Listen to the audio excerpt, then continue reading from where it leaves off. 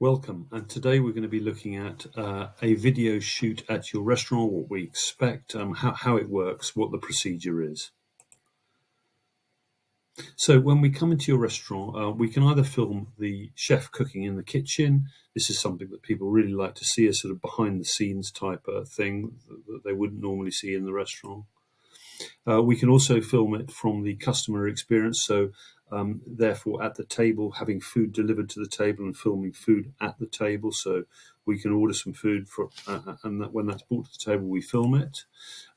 We can also do a spread for journalists or influencers. So this is where you lay out the various dishes on perhaps a big table, invite people around, and we can film that.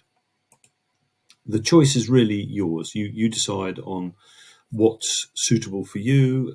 This has got to do with timing, with whether the restaurant is open or the restaurant is busy, or and so whatever is going to tie in with you.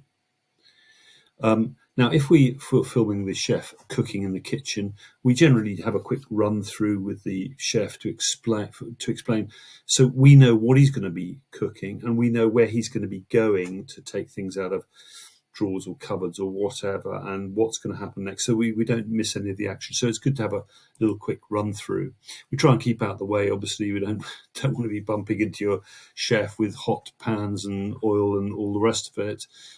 So we generally stay in one place and the chef can move around us, that sort of thing. That usually works best. We usually put a microphone on so we can hear the chef if we can ask questions and, what's that you're adding, and so on, so that on playback, not for the actual video, but so on playback we know what's going on. And then we would tend to film the plating up of the meal. So it's not just the cooking, it's the plating up. At the table, you can decide on what you want to film. So if there are specials, for example, that you want to feature in your restaurant, there's no reason why we can't do that. We don't expect complimentary food. I've just put that there. We're not doing the influencers sort of thing where we expect you to bring food and we're paying it for free. Obviously, if we are at the table, there is going to be food delivered, and we probably would like to try it, but we're not doing it just with the idea of getting complimentary food. It's often good to have a glass of wine at the table because that looks good, next to the food. So even if we're not going to drink any wine or perhaps champagne or whatever it might be, but it very often looks very good at the table to go with the rest of the filming. Also, the table can be in its normal condition as you would be serving people, or if you want, you can push the boat out a bit and get in the white tablecloths and make it look really smart. That's entirely, again, up to you, how you want to come across. Now, I just need to jump back a bit. Sorry about that. Couple of other points here. This is not a disruptive experience. If there are people in your restaurant eating and at tables and so on, it's not going to disrupt them. They probably won't even notice that we're there. And actually, because people get up and film with their mobile phones so often these days, it's really not disruptive. It doesn't matter if you're busy, your restaurant is busy or not. We're happy with either. If you'd like to have it in a quiet sort of situation, that's fine. If it's busy and there's lots of tables, the only thing is is it easy for the waiters and so on? And if you're very busy, that could be slightly problematic, but we don't mind. It's again up to you. So just going on to now journalists and influencers, and so this would be a full spread on the table, and that just shows you the various dishes, and that's easy to film in a sort of tracking situation. Many dishes can be covered at the same time, and obviously on that film we can split it into different sections of film, and that gives plenty of material, for example, for posting on social media going forward. We can also do interviews or testimonials. There is nothing better than, let's say, a journalist being asked, what did you think of this food in such and such a restaurant? He's saying, I really think it's excellent quality and so on. That is a testimonial, but more than that, it's a video testimonial, and it looks very strong, very powerful. When we're doing an initial video and we come and visit you, you can expect to get 2 or 3 videos out of it. We'd expect to do, that sort of number. We would generally film the videos for 30 seconds or less. That ties in with most of the platforms, and particularly Google, who have a 30-second maximum.